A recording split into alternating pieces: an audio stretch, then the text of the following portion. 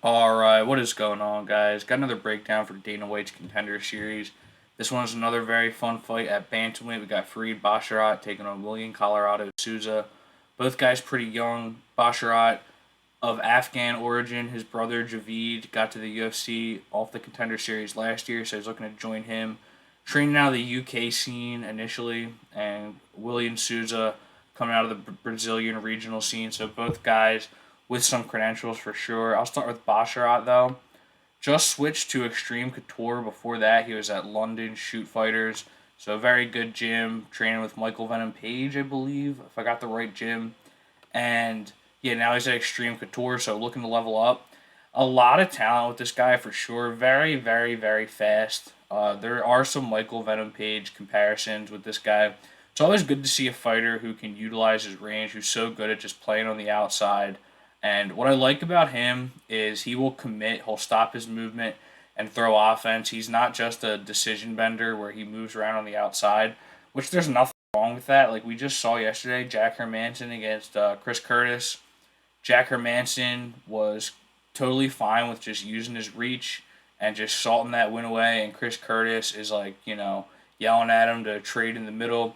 You don't have to do that, man. If you can utilize your reach and win fights, who cares? I mean, you might get bitched at if you talk shit and then just do a decision bender. I think that's the difference. But even still, at the end of the day, who cares? Farid Basharat is very good at that, and it honestly it's a very good compliment because you see these rangy fighters all the time coming into the UFC or whatever and just trying to get established and they just don't use their range like kind of a weird cut in my eyes, but Faris Diam is a perfect example for me. There were times where he would use his range perfectly and he would look really good, but there were other times where he wouldn't and he just didn't look good at all. He would get tired. So I don't worry about that with Farid Basharat at all. He works to his strengths very well. Very good movement, very dynamic kicking game for sure. I would say that's primarily his best weapon, but he's very good on the ground too. He mixes in his takedowns very effectively. He gets you thinking about only the striking, and that's when he tends to go to the ground. Good submission game, a lot of rear naked chokes against lower level competition, but it shows that he can go there. I think both of these guys like to keep it on the feet, though they both have good ground game when they need to go to it. In terms of competition, hasn't fought anybody that great. I think that we could lean William Colorado here with level of competition, but it's so close. I don't think it really matters. It doesn't always matter coming in the contender series. I would always like to lean on somebody coming from a more polished background like LFA or CFFC or Fury in the US. There's other promotions that are reputable in the US too, but Cage Warriors, you want to see these guys with credentials, but it doesn't always matter. And what I've seen from Farid Basharat, he's looked very good. He's gone to the ground like against Marco Zanetti. He was totally cool with playing around in his guard, undefeated jiu-jitsu guy there. Beats him in February of 2020. Very, very clean win. And again, man, what I like about his game is he's got that very good movement on the outside, but he's not afraid to use his weapons. He's not. It's not like he's a leg kick merchant. I would kind of compare him to his striking at least, and I hate making these comparisons with contender series guys, but I'm gonna do it anyway. He reminds me of Michel Pereira, the way he like just moves around on the outside and commits to shots. That's the big difference. So I like a lot of what I've seen from Farid Basharat. But with William Colorado Souza, which I'm just gonna call him William Colorado because it's an awesome nickname and that's what he likes to call himself. Coming out of the Brazilian regional scene, so tough competition on the way up. I mean, it's kind of the same with CFFC or LFA. It's not like everybody you fight there is a killer, but to get to the top in these types of promotions, you have to be very good.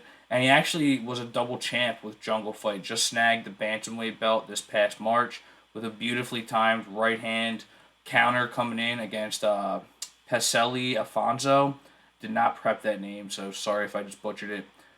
But yeah, rangy striker like Farid Basharat. I think that William Souza likes to stay a little bit more flat footed, look for that power a little bit more. I don't mean flat footed like he has bad movement, but he's just a little bit more stationary. He likes to stay loaded up. Uh, Again, big power, like I just alluded to. He's got pretty good pressure. Like he's got the things that you need, I think, against a guy like Basharat. You're going to have to do that movement. I haven't seen, like, his leg kicks are pretty good, but Basharat is very hard to hit. If Willian Souza is going to have a chance in this fight, he's going to have to march him down, and I think maybe try to take him down.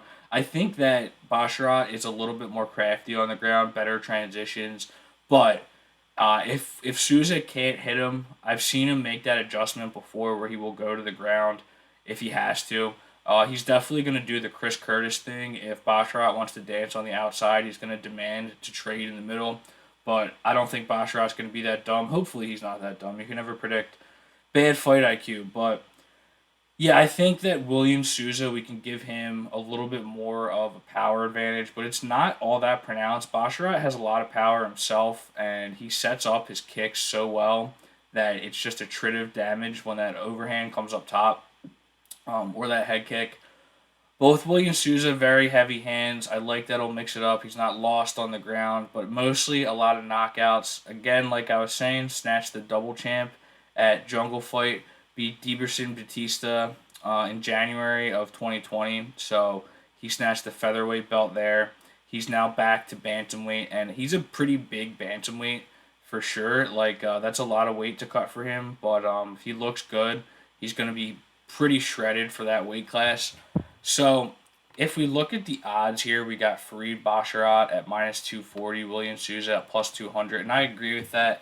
I'm going to go with Farid Basharat. I just think that movement is a little too much to deal with, but the line is a little wide, man. I haven't decided if I'm going to bet on this a whole lot or not, unless I have a really good read, like a fighter that I'm very familiar with coming into the UFC. I don't really bet a whole lot on Contender Series, but I am looking to pair one of these favorites with Joe Pyfer. It's just about finding the right one, or if I really talk myself into a dog. In this one, though, it's the widest favorite line as of right now, and I think that William Souza is definitely dangerous. At plus 200, you can definitely take a lottery ticket there, but I just think Farid Basharat, the movement is too good. I think he's a little bit better on the ground, and it'll just be a matter of can William Souza cut off the cage well. I don't think he's going to be able to. I think Farid Basharat can just play around on the outside, but William Souza will plot forward. It's just is he really gonna blitz in there? You know, that's what it's gonna come down to. So I'm gonna go with Farid Basharat, but I don't love the line right now. I still might bet it. We will see. But thanks for watching, guys. Sure, subscribe and take it easy.